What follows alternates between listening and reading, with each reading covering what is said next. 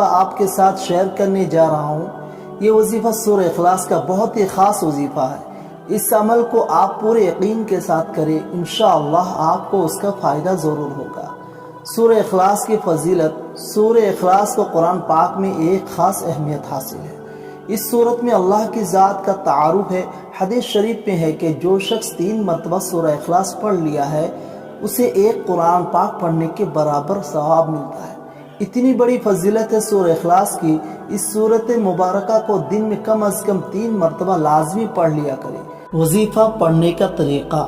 اس عمل کو آپ پورے دن میں کسی بھی وقت کر سکتے ہیں۔ عمل گھر کا ایک فرد بھی کر سکتا ہے اور گھر کے تمام افراد بھی مل کر سکتے ہیں، جیسے آپ کو بہتر لگے۔